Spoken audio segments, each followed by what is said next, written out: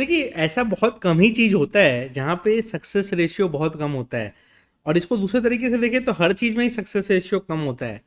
But ऐसा क्या चीज़ है कि बाकी फील्ड में आप सक्सेसफुल हैं, अच्छा कर रहे हैं, और उसके बाद आप ट्रेडिंग में आते हैं और वहाँ यहाँ पे फिर वही रेस चालू हो जाती है, एंड फिर यहाँ पे वही 5-10% लोग फिल्टर होकर निकल पाते हैं।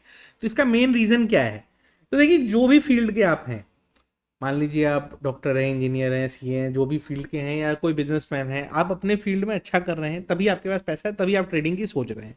आप स्टूडेंट भी हो सकते हैं, आपका दिमाग और लोगों से ज़्यादा अच्छा काम करता है, इसलिए जिस एज में सब लोग सिर्फ पढ़ाई की सोच रहे हैं, आप ट्रेडिंग की भी सोच रहे हैं।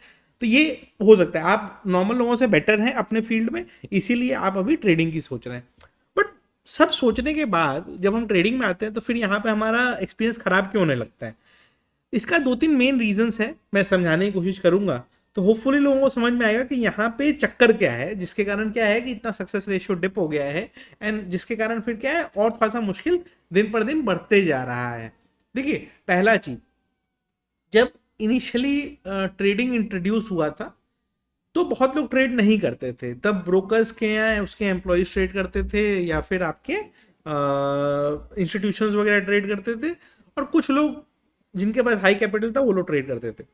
कोविड के बाद आया कि अब सब लोग ट्रेड कर सकते हैं, एंड उस समय क्या हुआ, मार्केट सिंगल डायरेक्शन में अपसाइड शूट किया, पहले डाउन साइड शूट किया जो पुराने लोग थे उनके लिए, फिर उसके बाद जब वर्क फ्रॉम होम वाले लोग थे उनके लिए मार्केट सिंगल डायरेक्शन में ऊपर शूट किया। तो उस समय जिसने स्विंग ट्रेडिंग करी, जिसने ऑप्शंस में भी ट्रेडिंग की, तो लॉन्ग लेके बैठ गए अपना पोजीशन में, और उसके बाद पैसा बनने लगा। दिक्कत तब आया जब एक्सपीरियंस लोगों का खराब कब होने लग गया, एक्सपीरियंस लोगों का खराब तब होने लग गया जब सिचुएशन आया कि अब मार्केट सिंगल डायरेक्शन ऊपर नहीं जा रहा है, साइडवेज हो जा रहा है, अब अप डाउन दोनों कर रहा है। वहां पे फिल्ट्रेशन चालू हुआ। अब उसके बाद जो फिल्ट्रेशन चालू हुआ, तो ऐसा कुछ नहीं है कि नॉर्मल ह्यूमन माइंड उसको प्रोसेस नहीं कर सकता है, वहां पे वो सक्सेसफुल नहीं हो सकता है। लेकिन एक प्रॉब्लम रह गई, एक प्रॉब्लम ये रह गई कि हम जब ट्रेडिंग कर रहे थे तो हमें ये चीज़ मालूम था कि ठीक है, चलो ट्रेडिंग हम किस लिए कर रहे हैं। जब हम ट्रेडिंग वर्क फ्रॉम होम के समय कर रहे थे, या मतलब नॉर्मल लोग जब वर्क फ्रॉम होम के समय ट्रेडिंग कर रहे थे, तो वो वर्क फ्रॉम होम के पॉइंट ऑफ व्यू से कर रहे थे कि चलो कुछ और नहीं है, थोड़ा देर ये कर लेते हैं। बट जब सब चीज़ें खत्म हो गई, तब तक ट्रेडिंग पैशन बन चुका था। अब इस ये छूट नहीं रहा था, ये लत लग गई थी। इशू कहाँ पे आता है कि हम किससे compete कर रहे हैं। तो हम compete कर रहे हैं बेसिकली मशीन से, ये आप समझिएगा। काफ़ी लोग बोलेंगे सर एल्गो ट्रेडिंग नहीं, जो एल्गो ट्रेडिंग आपको पता है आप उससे compete नहीं कर रहे, क्योंकि वो एल्गोज हैं एग्जीक्यूशन एल्गोज, यानी कि आपने एक स्ट्रैटेजी बनाई, उस स्ट्रैटेजी को आपने लाइव मार्केट में डिप्लॉय कर दिया। हम फाइट कर रहे हैं मशीन से, जिसको हम HFT बोलते हैं, high frequency trading. High frequency trading आज के डेट में जिसको जो आप एल्गोज समझ रहे हैं, वो एल्गोज आज से 10 साल पहले इंडिया में यूज किए जाते थे, वो आज आपको पब्लिकली अवेलेबल किया गया है। जो HFTs हैं इंडिया में, 4-5 फॉर्म्स बॉम्बे में है, 4-5 दिल्ली में है, 2-3 कैलकाटा में है, बड़े HFTs ये काउंट होते हैं। और ये HFTs अकेले, आप भूल जाइए जेरोधा, भूल जाइए एंजल, ये सब कुछ नहीं है इनके सामने। ये अकेले 60-70% मार्केट शेयर कंट्रोल करते हैं नंबर ऑफ ट्रेड्स में। वॉल्यूम में हो सकता है किसी और का ज़्यादा हो, लेकिन नंबर ऑफ ट्रेड्स में, क्योंकि इनके ट्रेड्स 2-2 सेकंड में लगते हैं, 50 पैसा नीचे खरीदा, 50 पैसा ऊपर बेचा, ठीक है, इनके ट्रेड्स ऐसे होते हैं। ये इसको HFT बोलते हैं, high frequency trading. High frequency trading में दिन भर ऑर्डर प्लेस होते रहता है, ऑर्डर कैंसिल होते रहता है, ऑर्डर मॉडिफाई होते रहता है, ऑर्डर एग्जीक्यूट होते रहता है। उनका काम ही दिन भर यही है। मतलब एक एक सेकंड में उनके सिस्टम से एक एक मशीन से 100-100 ऑर्डर्स निकलते हैं, और 500-500 मशीन लगा के लोग बैठे हुए हैं, इतने ऑर्डर्स फ्लो होते हैं। तो आपको नहीं लगता कभी कभी कि अचानक से हम जैसे ही प्राइस लगाने के पहले 3-4 स्ट्राइक प्राइस और प्राइस ऊपर हो गया, 3-4 टिक प्राइस ऊपर हो गया? क्यों हो रहा है? वो HFTs हैं, जिनके सर्वर भी एक्सचेंजेस के घर में बैठे हुए हैं, या एक्सचेंजेस के ऑफिस में, एक्सचेंजेस के बिल्डिंग में बैठे हुए हैं। सर्वर्स का चार्ज लगता है, ऑफिशियली आप खरीद सकते हो, बट वो चार्जेस इतना हाई है कि सब लोग नहीं ले सकते हैं। लोग रैक्स खरीदते हैं वहां पे। पहले था सिर्फ गोल्डमैन, JP मॉर्गन, ये लोग रैक्स खरीदते थे, अब ब्रोकर्स भी खरीदने लगे हैं। हम उनसे compete कर रहे हैं जिनका ऑर्डर भी हमसे पहले पहुंचेगा, और जिनके सिस्टम्स भी इतने एडवांस्ड हैं कि वो चीज़ों को पहले अजम कर लेते हैं, एंड उनके ऑर्डर सिर्फ एक जगह नहीं लगेंगे। वो अगर कॉल ऑप्शन में बाई लगा रहे हैं तो वो निफ्टी फ्यूचर में भी उनका संग संग बाई लगेगा, और निफ्टी के 8-10 स्टॉक में भी उनका सीधा बाई लगेगा।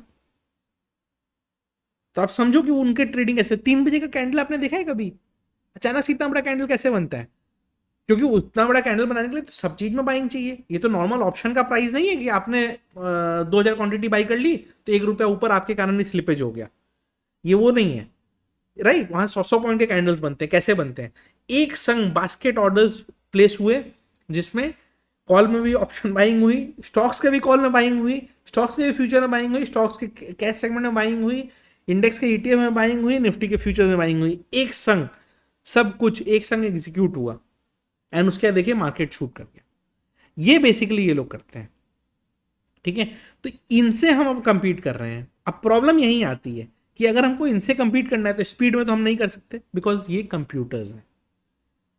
कंप्यूटर्स में आप कभी भी कंप्यूटर से ह्यूमन स्पीड से कंप्यूट नहीं कर सकते हो। कंप्यूटर से हमको कंपीट करने के लिए ह्यूमन माइंड से कंपीट करना पड़ेगा। जैसे प्रॉब्लम हमने डिस्कस करी कि प्रॉब्लम क्या है, हम किससे कंपीट कर रहे हैं। बट अगर हमको कंप्यूटर से फाइट करना है, हम स्पीड में तो नहीं कर सकते, हम माइंड से कर सकते हैं।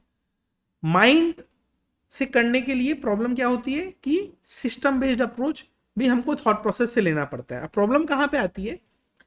जैसे ऐसा नहीं है कि सिर्फ अब आज के डेट में HFT ब्रोकर्स ही सर्वाइव कर रहे हैं। नॉर्मल ब्रोकर्स जो पुराने जमाने के ब्रोकर्स थे वो भी सर्वाइव कर रहे हैं, तो वो कुछ करके सर्वाइव कर रहे होंगे। नॉर्मल ट्रेडर्स जो 10% लोग प्रॉफिटेबल है वो भी कुछ करके कर रहे होंगे, क्योंकि HFT सबके लिए अवेलेबल नहीं है।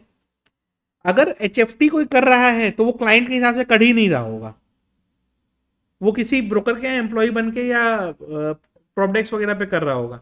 लेकिन जो नॉर्मल ह्यूमन है, जो फिर भी 10% लोग प्रॉफिटेबल हैं, वो प्रॉफिटेबल कैसे हैं? वो प्रॉफिटेबल है अपने दिमाग से। क्यों? क्योंकि उनको ये पता है कि स्पीड में तो वो compete नहीं कर पाएंगे एल्गो वालों से, लेकिन वो स्ट्रैटेजी में compete कर पाएंगे एल्गो वालों से, क्योंकि एल्गोज स्ट्रैटेजी बनाते नहीं है, उसको फॉलो करते हैं। ह्यूमंस स्ट्रैटेजीज बनाते हैं। अब ये स्ट्रैटेजी बहुत सिंपल भी हो सकती है कि सिर्फ हमको स्ट्रैडल डिप्लॉय कर देना है। एल्गो तब घुसेगा जब स्ट्रैडल का स्टॉप लॉस किसी एक स्ट्राइक प्राइस में हिट कर रहा होगा। लेकिन जो नॉर्मल ह्यूमन है वो स्ट्रैटेजी पहले बना के बैठ गया। स्ट्रैडल की स्ट्रैटेजी एल्गोज भी डाल रहे होंगे, बट एल्गोज भी अपना स्ट्राइक प्राइस पे स्टॉप लॉस लगाते हैं, टारगेट्स लगाते हैं, अपना स्लिपेज लगाते हैं, सब कुछ कैलकुलेशंस वो लोग लगाते हैं, एंड उसके बाद वो वहां से अपने ऑर्डर्स को एग्जीक्यूट करते हैं। सेम चीज ह्यूमन भी करता है, बट ह्यूमन इफेक्टिवली क्या कर सकता है कि वो अगर डिसाइड कर लिया है वहां पे एल्गो ने कि मेरा स्टॉप लॉस ये स्ट्राइक प्राइस का 50% के ऊपर जाएगा, कॉस्ट प्राइस मान लो मैंने ₹100 में बेचा और ये 125 के ऊपर 130 के ऊपर जाएगा तो मैं स्टॉप लॉस दूंगा। ह्यूमन माइंड के पास एडवांटेज ये है कि वो 110 पे भी डिसाइड कर सकता है कि नहीं, मार्केट का ट्रेंड ऊपर की तरफ का है, हमको शॉर्ट साइड में नहीं बैठना चाहिए। तो वो क्या है, अपना देखिए कॉल शॉर्ट से हट जाते हैं एंड छोड़ देते हैं पुट शॉर्ट को ही। सिर्फ ये ह्यूमन माइंड कर सकता है। एल्गो वाला 125 पे जाके ही स्टॉप लॉस लेगा। एल्गो सिस्टम उसको मैनुअली लोग मॉनिटर भी करते रहते हैं, जनरली लोग इंटरफेयर नहीं करते हैं। तो ह्यूमन माइंड्स उसको प्रोसेस कर सकते हैं स्ट्रैटेजीज को, एंड स्ट्रैटेजीज बेस्ड ट्रेडिंग पे जब आप फोकस रखते हो तो आप कंपीट कर पाते हो विद मशीन्स। आप सोच रहे हो नॉर्मल कॉल बाई करके या पुट बाई करके आप कंपीट कर पाओगे मशीन से? तो नहीं होगा ऐसा, क्योंकि हो सकता है ऐसा कि आपका ऑर्डर लगा हुआ है 99 पे, 98 से ही घुमा देंगे, क्योंकि सिस्टम में आपका ऑर्डर लगा हुआ है ना, सिस्टम तो आपका नहीं। ये आपके संग बहुत बार हुआ होगा। मेरे तो कितने ऑर्डर 10-10 पैसे से भी घूमे हुए कि 99.85 हाई है, मैं 99.95 पे ऑर्डर लगा हुआ है। ऐसा मेरे पास बहुत बार हुआ है। मैंने ग्रुप में एग्जांपल्स भी दिए हैं अपने टेलीग्राम ग्रुप पे कि देखो ये आज मेरे संग। फिर मैं मैनुअली निकालता हूँ, फिर जो 99 पे निकल सकता था वो निकलना पड़ता है 93 94 पे, और ये बहुत बार होता है, बहुत बार। क्यों होता है पता है? क्योंकि सिस्टम हमारा नहीं है। सिस्टम को पता है वहां पे कोई बैठा हुआ है बेचने को, प्रॉफिट कैसे करने देंगे उसको, उसको नहीं करने देंगे प्रॉफिट। तो ये चीज़ होती है। तो इसीलिए मैं हमेशा इंसिस्ट करता हूँ लोगों को कि स्ट्रैटेजी बेस्ड ट्रेडिंग पे आ जाइए। हर दिन का मार्केट सिनेरियो अलग रहेगा, किसी दिन बुलिश मार्केट रहेगा, किसी दिन बियरिश मार्केट रहेगा, किसी दिन साइडवेज मार्केट रहेगा। स्ट्रैटेजी से ट्रेड करिए। स्ट्रैटेजीज में बाइंग एंड सेलिंग दोनों अप्लाई होती है। कुछ कोर सेलिंग की स्ट्रैटेजीज होती हैं, कुछ बाइंग प्लस सेलिंग की स्ट्रैटेजी होती है। कुछ फ्यूचर्स प्लस ऑप्शन की स्ट्रैटेजी होती है, उस तरीके की स्ट्रैटेजी से लोग बना के करते हैं। जैसे अभी मार्केट कंटिन्यूसली बुलिश ट्रेंड में था, तो जो स्ट्रैटेजी बेस्ड ट्रेडर है उसको मालूम है कि वो अगर डायरेक्टली प्ले करने जाएगा तो वो ट्रैप हो जाएगा, क्योंकि उसको ये लोग एल्गो वाले ट्रैप कर देंगे। वो क्या करता है, एक नॉर्मल फ्यूचर बाई कर लेता है, ऊपर एक लॉट कॉल भेज देता है। अब फ्यूचर ऊपर जाते रहा, कॉल मान लो 100 पॉइंट उसने भेजा, तो वो 100 पॉइंट एटलीस्ट उसका प्रॉफिट है। अब रिवर्स भी कर गया मार्केट, तो एटलीस्ट उसके पास 100 पॉइंट का बफर हो गया शॉर्ट साइड के लिए। तो उसने क्या स्ट्रेटेजी बनाई, उसने अपना एक डेल्टा लॉन्ग कर लिया, 1 का डेल्टा एंड 0.5 का डेल्टा भेज दिया, तो नेट नेट 0.5 का डेल्टा उसका बेनिफिट हो गया। तो इस तरीके से ह्यूमन माइंड चीज़ों को जरूरत के हिसाब से मॉडिफाई कर करके करता है। एंड अगर जब तक आप ये माइंड को स्टिमुलेट नहीं करना चालू करोगे, जब तक लाइव मार्केट में आपका दिमाग ये इस तरीके से नहीं काम करेगा कि यहाँ पे हमको ये स्ट्रैटेजी लगा लेनी चाहिए, तब तक पैसा बनाना मुश्किल होगा। अब देखिए इसका सोल्यूशन ऐसा है कि जैसे मेरे हाउ टू ट्रेड प्लेलिस्ट में मैंने रफली अराउंड 14-15 वीडियोस डाल के रखी हैं, उसमें मैंने मैक्सिमम स्ट्रैटेजीज को बता के रखा है।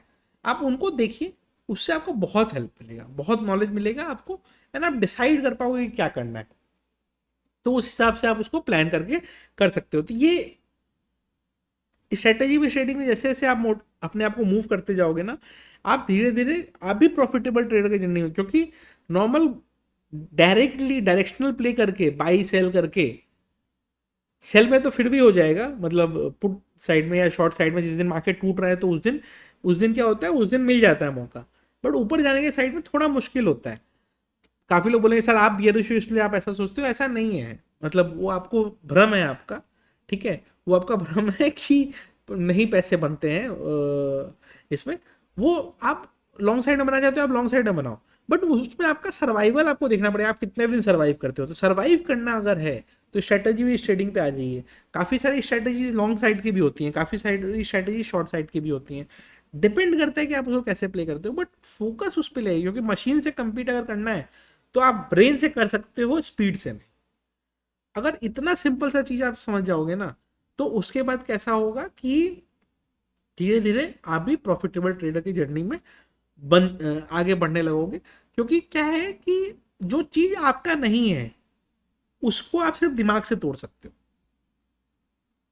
और आपने किसी भी फील्ड में अपना मार्क बनाया है तो वो आपने अपने दिमाग से ही बनाया है, क्योंकि आपका दिमाग बाकी लोगों से सुपीरियर था, इसलिए आपने अपना, ठीक है एक्सेप्शंस होंगे, बट अगर आपका दिमाग आपके फील्ड में सुपीरियर था तभी आप अपने फील्ड में कुछ बना पाए, और लोगों से सुपीरियर था तभी कुछ बना पाए, राइट। यहाँ पे भी वही करना है। मशीन से आप कंपीट कर रहे हो, मशीन से स्पीड में आप नहीं जीत सकते हो, मशीन से आप ब्रेन में जीतने की कोशिश करो। ब्रेन में जीतने की कोशिश करोगे जरूर जीत जाओगे, बस ये है कि फोकस उस पर करना पड़ेगा।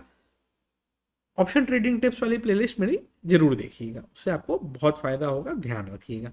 वीडियो अच्छी लगी हो तो लाइक कर दीजिएगा।